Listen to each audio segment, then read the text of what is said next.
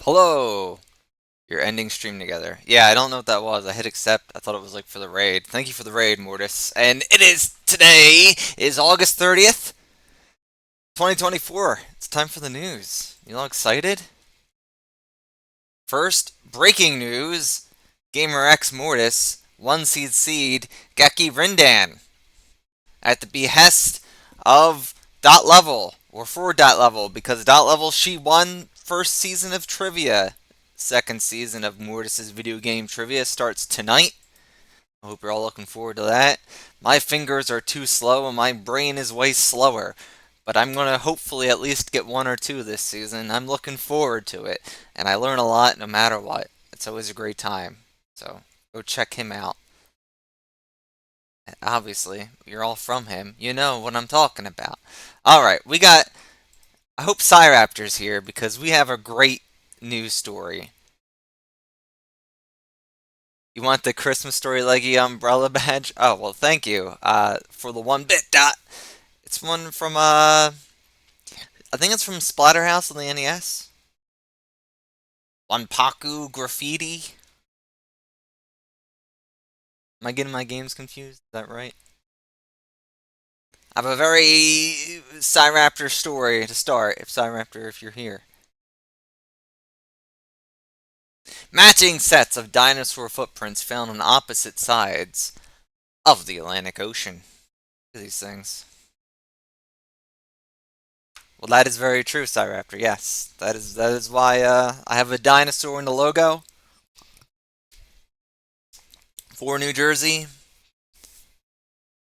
New Jersey was a big push for fossils and shit back in the day. Some say it's where the modern origins of paleontology were seated in the Garden State. Sorry, I'm really thirsty all of a sudden. Two dinosaur tracks from the Kum Basin in Cameroon can be seen in what was once a basin 120 million years ago. I don't really see it on the left side, but I definitely see it here. Oh no, I kind of see it now on the left.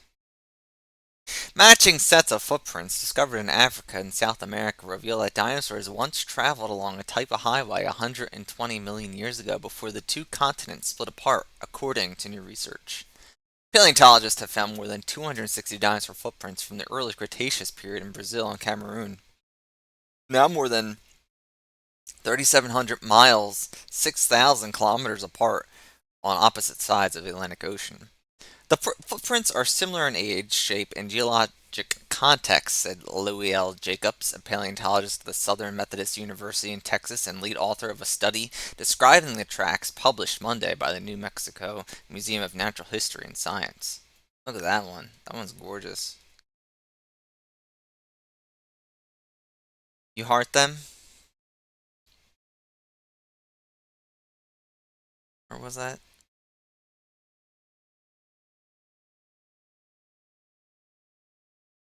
Most of the fossilized prints were created by three-toed theropod dinosaurs, while a few likely belong to lumbering four-legged sauropods with long necks and tails, or what is this?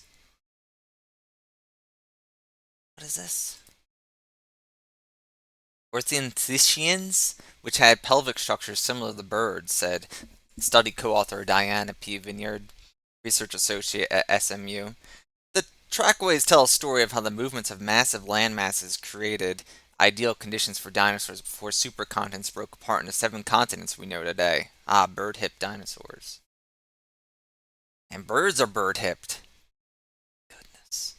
Lush basins for life. The footprints were preserved in mud and silt along ancient rivers and lakes that once existed on the supercontinent Gondwana, which broke away from the larger landmass of Pangaea, Jacob said. One of the youngest and narrowest geological connections between Africa and South America was the elbow of northeastern Brazil nestled against what is now the coast of Cameroon along the Gulf of Guinea, Jacob said.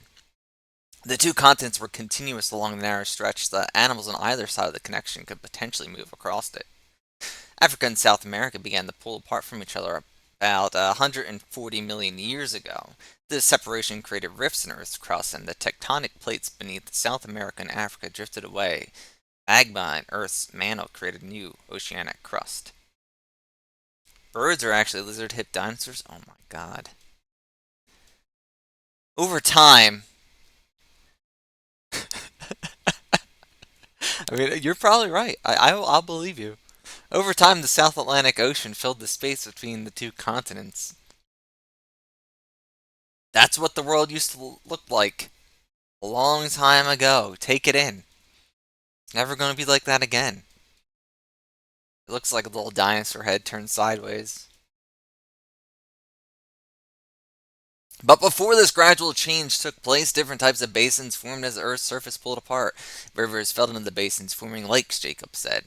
The study authors found evidence of what is known as a half-graben basin in the northeast Brazil, or Borma region, and similar one in the Coam Basin in Cameroon. That's north. A half-graben is an elongate basin formed by pulling apart the Earth's surface, which a fault forming on one such side, such as the bottom of the valley, tilts downward toward the fault, along which movement is occurring. We're not really, we're just talking about. Get back to the dinosaurs. Hold your hand in front of you, tilt your fingers down, representing movement along the fault. Rivers will flow down the valley and deposit sediments, and sediments will be eroded from the side of the valley. Within both basins, researchers found dinosaur tracks, ancient river and lake sediments, and fossilized pollen. Plants fed the herbivores and provided a food chain, and supported a food chain. Muddy sediments left by the rivers and lakes contain dinosaur footprints, including those of meat eaters, documenting that these river valleys could provide specific avenues for life to travel across the continent 120 million years ago. Oh, that one's really cool. Is that real? Come on now. They found a whole bunch of footprints like that undisturbed. What? That's crazy to me. Footprints tell a story. This could be fake news. I don't know. This is on CNN. While dinosaur fossils can yield unique insights about the types of animals that roamed the planet millions of years ago, their footprints provide other windows into the past. Dinosaur tracks are not rare, but unlike the bones are usually found, footprints are proof of the dinosaur behavior, how they walked, ran, or otherwise who they walked with, or what environment they walked through, what direction they were going, and where they were doing it. It's difficult to tell the specific species of dinosaurs that traveled along the basins, but they represent a larger portrait of the ancient climate and how different types of animals thrived in the environment that the continental rifting created. If your dog and coyote walk across the same mudflat, you might know that two dog critters walk there, that they are very similar, but you may not be able to know if they are a different species. Ditto the dinosaur track situation. All of the animals have home ranges. All animals expand their ranges. All animals exploit resources as necessary, depending on availability, often related to seasonality. Herbivores follow nutritious plants. Carnivores follow the herbivorous food. At this time, rainfall levels helped create a tropical rainforest type environment with abundant vegetation. Animals came to the basins from both present day Africa and South America, causing their populations to mix. Imagine a lush open basin with vegetation for the herbivores and carnivores following, said co-author Lawrence Flynn, assistant director for the American School of Prehistoric Research and lab safety coordinator within the Department of Human Evolutionary Biology at Harvard University. What a fucking long sentence. If nobody is there on the new turf, then animals will disperse into it, given no competition. A lush restaurant full of pasta and endless fries. It's cool too. I've never seen dinosaur footprints like that before. That's why I wanted to cover it. I've never seen them. I didn't know it was a thing. I didn't know they found. It makes sense. I just oh, I never saw them. Later, once the continents drifted apart, this disruption likely caused a break in genetic continuity, a key driver of evolution, Jacobs said. The dinosaur tracks in Cameroon were first discovered in the late 1980s, and Jacobs reported on them at the first International Symposium of Dinosaur Tracks and Traces, convened by paleontologist Martin Lockley in 1986. Jacobs then became friends with study author Ismar de Souza Carvalho, now a professor within the Department of Geology at the Federal University of Rio de Janeiro. Jacobs was studying dinosaur movements from the African side, while Carvalho was studying them from the Brazilian side. That's cool too. As research into the basins in Africa and South America had continued in the following decades, Jacobs and Carvalho and their colleagues reviewed existing and new fieldwork and research and analyzed the matching aspects. The new study is being published in tribute to Lockley, who devoted his career to studying dinosaur footprints. We wanted to put new and evolving geological and paleontological evidence together to tell a story more specifically of where and why and when dispersals between the continents happened, Jacob said. One beauty of this earth is that any of us can see that Africa and South America used to fit together like puzzle pieces. It is easy to conceive that in a connected world, animals, including dinosaurs, could and would be likely to move from place to place. Oh boy, there's comments enabled.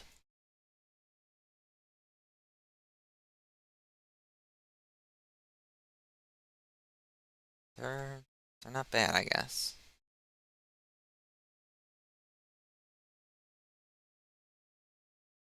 These are cool. I like how it says 5 minute read. It took me about 10 minutes. How much faster could you read this? They have people reading this in twice the speed? What the fuck?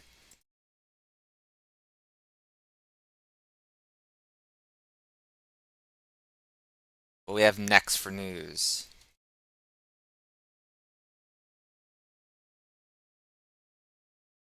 This one's good. I like this one. A 4-year-old accidentally shatters Bronze Age jar at a museum. It's good. The jar, which is at least 3,500 years old, was left in pieces at the Hecht Museum. Yeah, that's not bronze. That's like clay. What the fuck? A 4-year-old accidentally smashed a Bronze Age jar in an archaeological museum in Haifa, Israel. Oh, I didn't want to get too political. I should have. We'll just scroll past that part.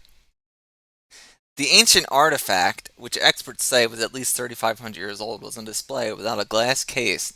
Why would you just leave it out near the institution's entrance at the time of the incident? In a statement emailed to CNN on Wednesday, the Hecht Museum defended its decision to present certain objects. Oh, here they go. They're answering me immediately. Without protective glass, adding that its founder, Reuben Hecht, had emphasized making artifacts accessible to the public. Well, he was an idiot. The museum believes there's a special charm and experience in archaeological find without any obstructions, the statement said, adding that the institution would continue this tradition despite the incident.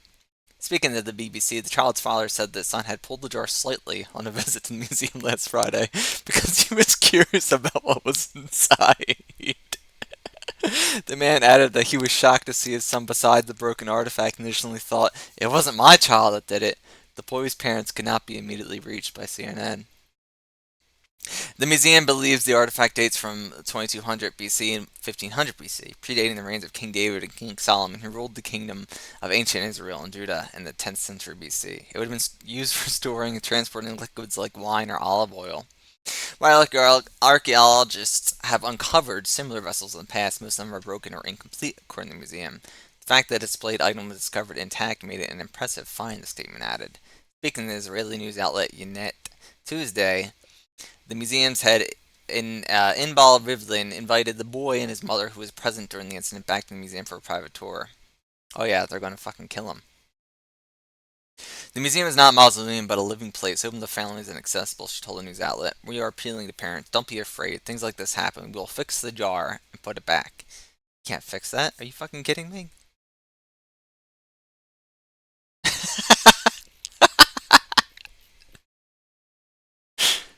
Rivlin said the museum had printed new signs indicating which items can or cannot be touched. Opened, good idea.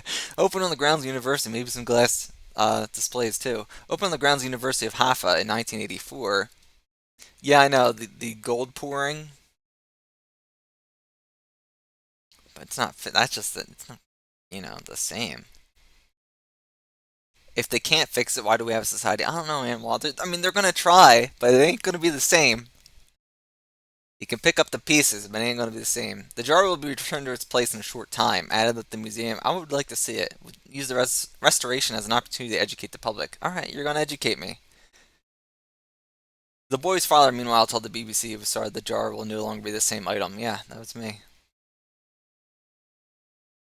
saying that. It's not gonna be the same. What do I have next here?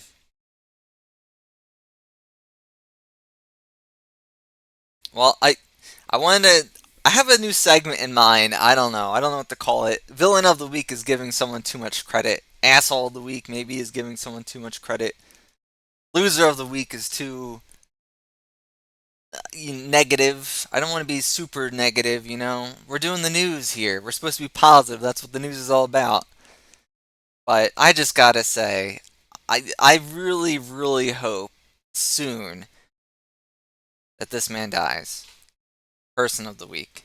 I hope he's just gone on and on forever, and it's time for a new generation of writers to take over and to write something new and give them a chance, and maybe let us suck off some new famous writers. Okay, Elsprog to camp. Get out of here. All right,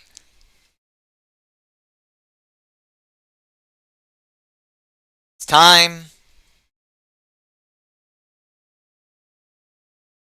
for X-Men. X-Men. X-Men. X-Men. It's the X-Men part X-Men. of our news program. He's a science fiction writer and fantasy writer who refuses to die. He's like 130 years old. He just goes on and on. Fuck him.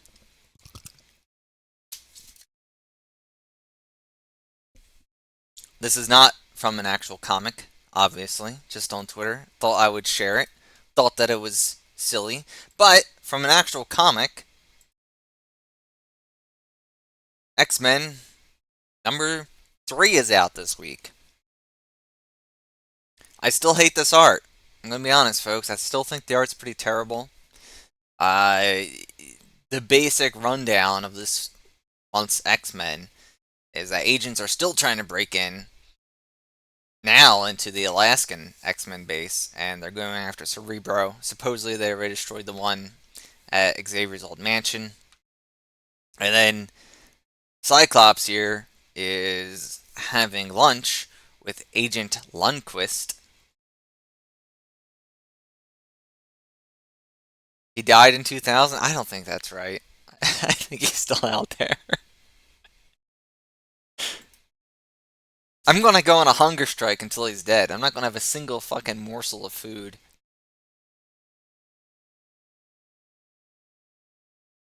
So Cyclops is having lunch with this guy here. Meanwhile, this guy's agents are trying to get into their base. But the agents in the base are being like way more lethal than necessary. I don't know. This was a good line. I like that. You want them to be my X-Men, not my Brotherhood. He's trying to defend. Yeah. Another bite of food.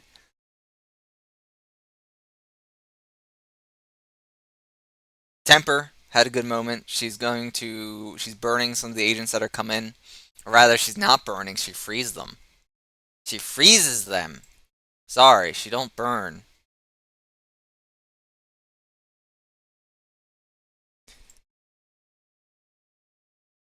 She's one of the cooler X-Men that they're focusing on that hasn't gotten much attention before.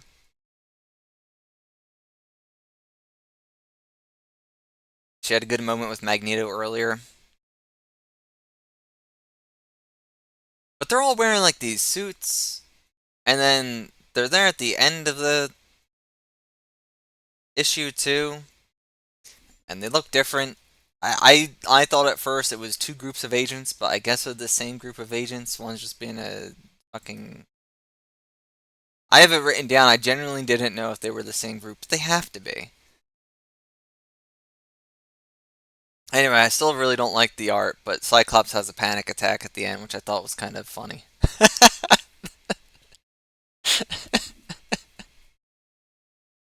Me on a daily basis. Just trying to breathe, not pass out. That's the X-Men news. That's this week of X-Men. I guess we have one little bit of X-Men news left. And probably the last story about this that you'll see. We'll see. Depends on what happens. But I got to level 200 in Fortnite. I actually got to it on Tuesday. I haven't played it since. Hopefully, I don't have to. We'll see. Next week, we're going to have an update, and we'll see if the bonus styles go up to 200. It's possible to go beyond 200. During the original Marvel season of Fortnite, it went up to 220. I'm hoping that it's only up to 200, which has been the case since. So, fingers crossed that I don't have to play much more Fortnite. Also, fingers crossed that Emma and War Machine actually get bonus styles. What do we have up next?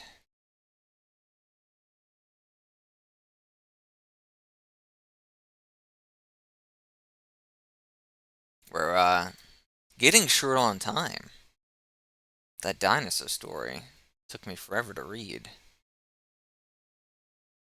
They gave her shorts.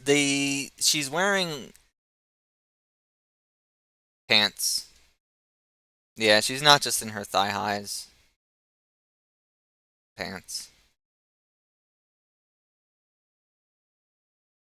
She still looks good. I still like her. Are you talking about Gwenpool? They gave Gwenpool shorts too. Where is my news window? Woman charged after trying to entice tiger at New Jersey Zoo, police say. This was at a zoo that's close to me, and we can see the footage here.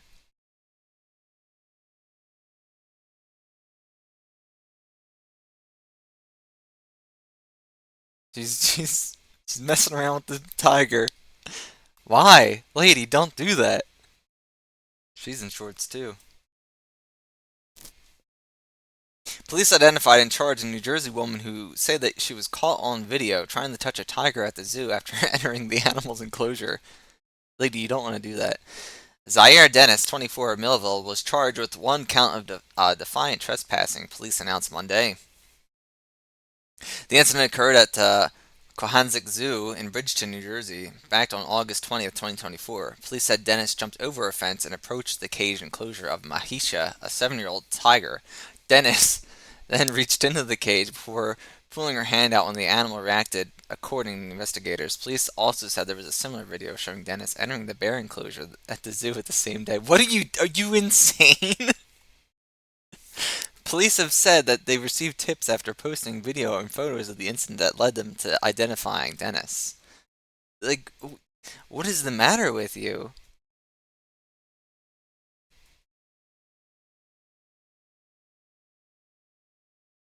In addition to the trespassing charge, 2 city ordinances covering general conduct of persons pertaining to climbing fences within the zoo were also issued against Dennis, according to the Bridgeton police. Dennis will appear in the Bridgeton Municipal Court at a date that has not yet been determined, police said.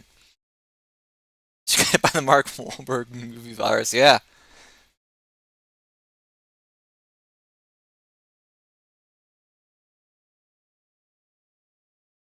Okay. One more news story, and then time for movies. Doing good on time. We're doing great. All the bees are buzzing. Over 50,000 honeybees found inside of a Montco, which is Montgomery County, high school. At the beginning of the week, North Penn High School officials said thousands of bees were found inside 2 classrooms, forcing students to relocate. It's a good news week. A local high school is buzzing. A swarm of honeybees took over 2 classrooms inside a Montgomery County high school, forcing students to relocate from the rooms. Montgomery County Council. Officials at North Penn High School, Montgomery County, told NBC 10 that the honeybees were found in 2 classrooms on August 26th. During a school board meeting, officials said that about 10,000 bees were in the classrooms. We always get 1 or 2 bees or 1 or 2 wasps in a classroom at a time, but this was unprecedented. When you were standing inside the room prior to removing all the bees in the room, you could hear all the bees buzzing. Cool. It sounded like a beehive. So very interesting. Directors of the faculties or facilities and operations, and Tom Schneider explained in the meeting. The bees are thought to have entered the walls of the high school through what the officials called exterior weepholes before building a hive. This was a pretty large colony. We are getting a substantial heat signature through that brick. Fortunately, we were able to find exactly where those bees are and then adjust our removal process accordingly, Craig McCorkle with Liberty Bell Beekeepers said. McCorkle has been tasked with removing the beehive. He estimates that there are more than 50,000 honeybees in the hive about the size of a large cooler inside the school walls. Officials said that they believe the queen bee is in the hive that's located between the block wall and the brick with up to 60,000 other bees. We are going to have to cut open the brick and remove the brick, McCorkle said. We use a safe collection vacuum to gather all the bees. We suck them up. We remove the comb, the honey, and any byproduct that is inside of the space. We are going to fill that space to prevent any bees from coming back. Officials said that the bees were found in the classrooms were removed, but eventually returned to one of the rooms. The class assigned to the room was temporarily relocated. The hive is scheduled to be removed from the school on Friday, August 30th. McCorkle says the process will take at least 6 hours. He plans to take the bees back to his facility in Tacony, where they will live on. What's most interesting to me about this is, well, I guess it was during a school meeting. Because school's not in session yet. At least, not in, like, Philly and Jersey. Not until, like, the first or second week of September, so. Glad they caught it now, I guess, before the fucking kids got back there. It's time for movies! Movies. What did I watch this week? Well, we'll get to all the movies I watched this week, but I wanted to do a little special talk about two of them, which is She Shoots Straight, who has the same director as the Dead or Alive movie that was really bad, which made me Korean, which is why I didn't want to watch any of his other shit before. Now I'm interested in his other shit. I don't think I ever have watched any of his other stuff. Now I've watched She Shoots Straight, and I've seen Dead or Alive. I'm just checking now. I should have done this before. Dead or Alive was his last movie, by the way. Right on time indeed, Captain Raz. So what is this movie? What is She Shoots Straight? Well, that woman right there is gorgeous, by the way. Her name is Joyce Godenzi. It is a Hong Kong movie. I don't think it has a category rating because it's not super gruesome. There's really good action, though. You can find this, by the way, on archive.org. In fact, let's see if I can even bring it up for you right now. There's a lot of action. Basically, this woman, she marries into a family of all cops, and she's a cop too. But she marries the only boy of the family, and he has four sisters. And they all don't get along with her at the start of the movie. And that's basically, you take it from there. Alright.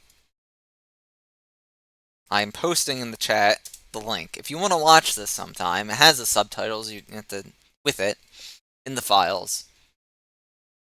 I suggest you watch She Shoots Straight. What else did I have to say about it? Everything that I love in a movie: guns, babes, action, drama, humor, stunts. The humor is pretty good. The action's fantastic. The drama's really good. It's kind of predictable what will happen. It's even spoiled a lot if you Google this movie, which I didn't do until after the movie, and I was like, oh fuck. It tells you what happens right there. So don't do that, just watch the movie. I'm trying not to spoil it. But most importantly, this woman is beyond gorgeous. And she's the lead, and she kicks ass. And I suggest everyone watch this movie, which has been making the rounds on Twitter, which is how I found out about it. There was like a small clip or a picture of her, and I was like, I gotta see what this movie's all about, and I'm glad that I did. And I'll probably name a character or a character's gun or something Godenzi. So if it appears in one of my books, it's because of her. Do I have anything else to say about it? I'm checking my letterbox. Do I have anything? My letterbox was I absolutely love this. It's got everything I enjoy in a movie. I give it 5 stars. The rare 5 stars from me. Because I just thought it was fucking incredible. I don't know. Sometimes a movie will click with me, and I love everything about it, and I loved everything about this. And I think everyone should watch it. Now, Captain Raz said I should watch this documentary called The Dungeon Masters. I I think this explains a lot about Raz. Um, Let me explain that because I play Dungeons and Dragons weekly with Captain Raz and Ex Mortis,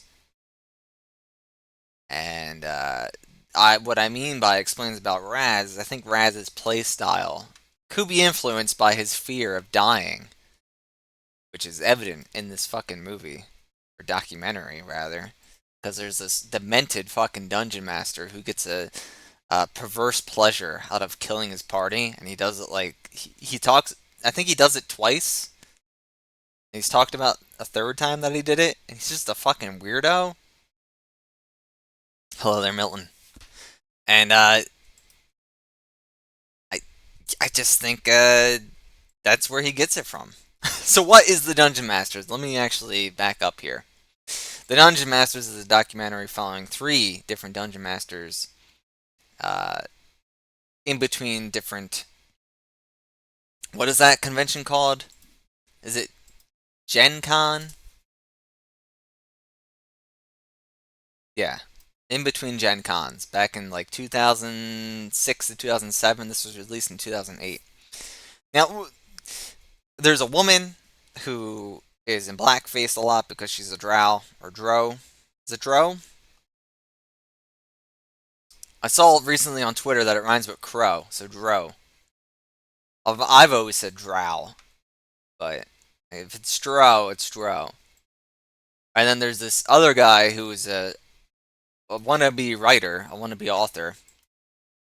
I guess quite like myself, although I've released way more books than him. I've looked him up since he released the book that he's talking about in this fucking movie from 16 years ago. He finally got that out there.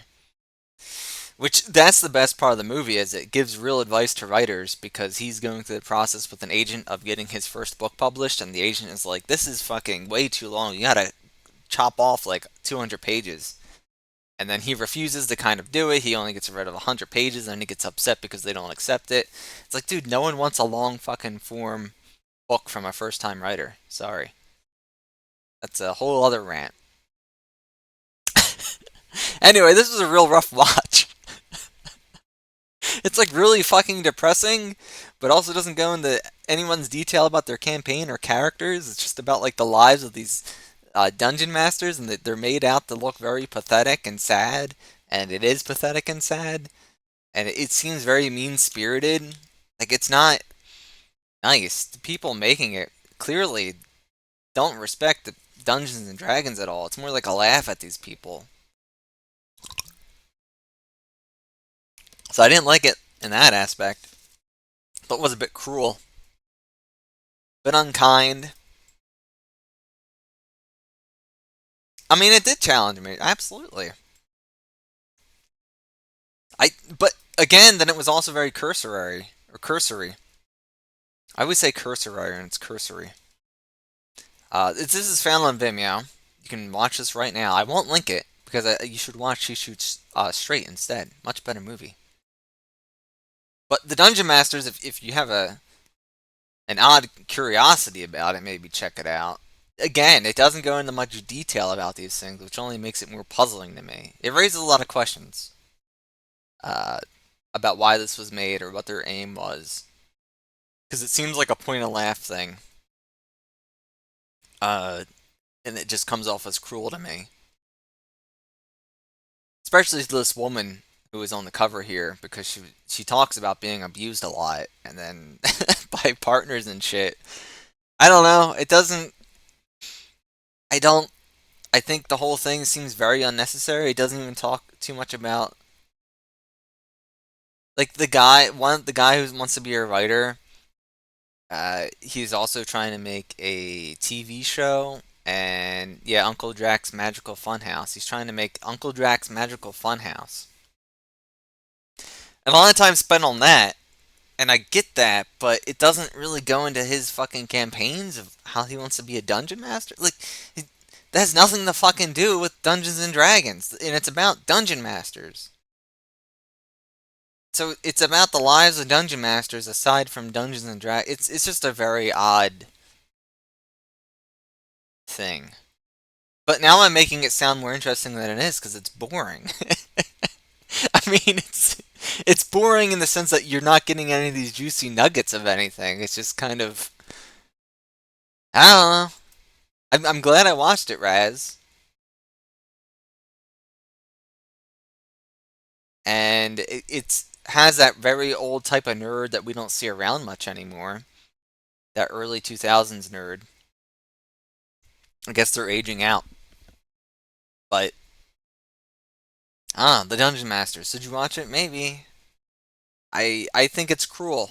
But what is interesting is the same director made only one other documentary or anything else, and that's about Rocky Erickson. So I don't know. Weird.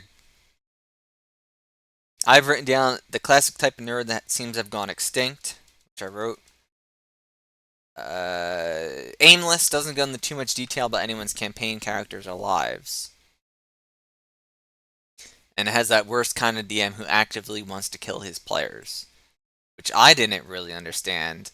That guy again, who was also a nudist and in the military. Oh, another thing about this movie is all their spouses hate them, and it's so fucking evident. And I think the Uncle Drac Magical Funhouse author guy got a divorce because I looked up an interview, and it makes it seem he's definitely not with that woman he was married to. But all the fucking spouses hate them. And it's very clear they don't want to be on camera. They're just, I don't know. It's very uncomfortable because they are not interested in any of this shit. Not even that makes it sound like they're not interested in Dungeons and Dragons, and that's not what I mean because they're not even asking about Dungeons and Dragons on camera with the spouses. They're just not interested in the documentary or their own spouses at all. I took it way harder than than you did. I guess I did. I'm reading way too much into it. Because from a journalistic aspect, I don't understand what the fuck this guy is his name.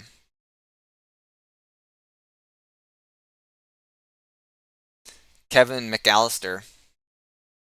What he was going for. Kevin also with two E's? What the fuck? What was his intent? I gave it 3 stars.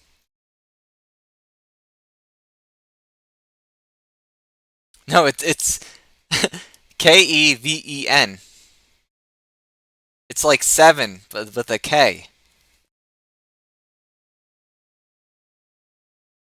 His Rocky Erickson movie came out before this in 2005, and it's called You're Gonna Miss Me, a film about Rocky Erickson. I tried to find it.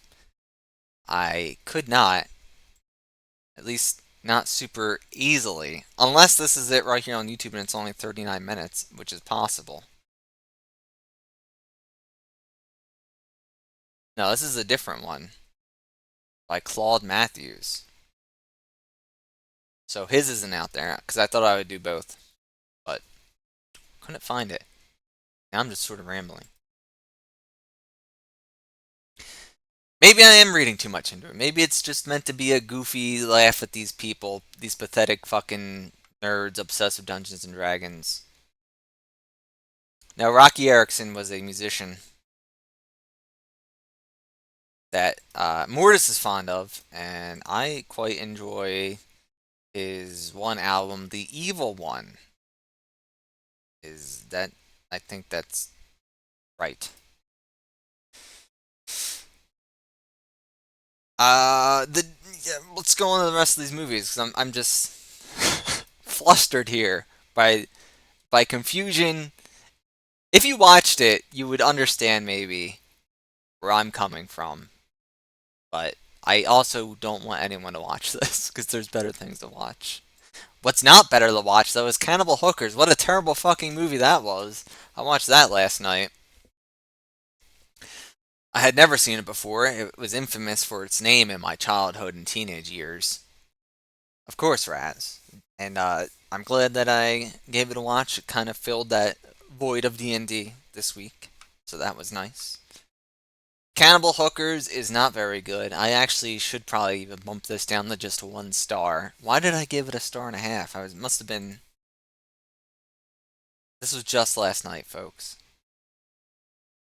Infamous on name alone, it's not very good. There's some decent babes with fat asses, but the plot is so thin. Not that I should expect much from Cannibal Hookers, still it sort of just ends. And the copy on Tubi, which is where I watched this, has a scene repeat itself near the end.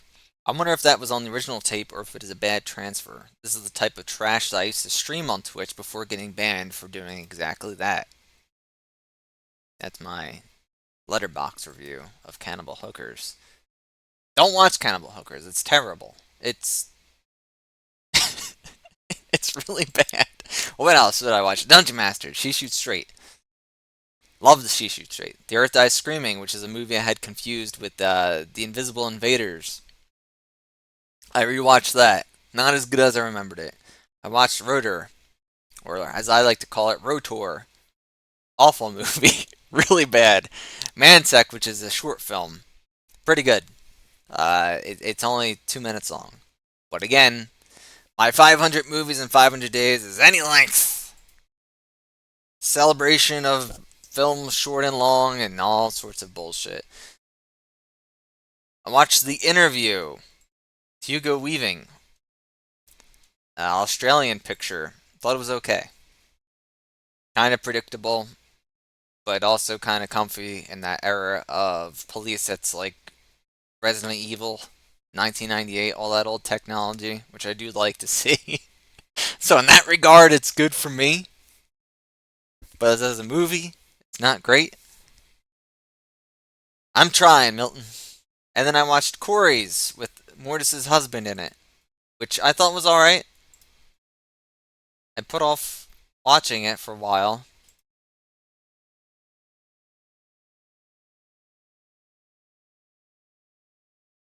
It's alright, pretty good. Not as good as the fucking other thing that he did. He's not your husband? Oh, sorry. Stand Up Solutions I thought was much better.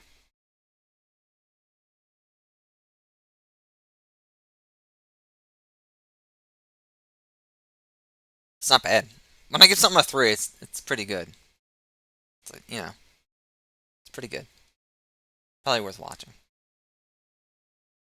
I give something a 1, don't watch it. Give something half a star, don't watch it. Cannibal Hookers, don't watch it either. Well, I should really move it down. Now I'm just delaying because I don't want to end it, but we're going on 45 minutes, and I like to keep this under an hour. Do I have any other news? Checking my notes. I always have stories that I have padding for time. We're definitely not doing another story, but I have 2 I didn't get to. Maybe next week. I always do have extra in case we're short on time.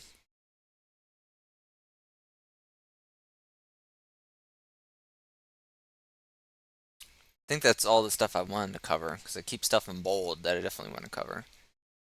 Seem to hit that all. Have I watched Darkon? No, I've not. I think that's it. I think that's the news for this week. Morris will be doing trivia tonight. And, I think we're playing D&D Sunday, so that'll be good. Happy birthday to Cyraptor. That's it. Everyone enjoy your weekend. Thank you for coming in.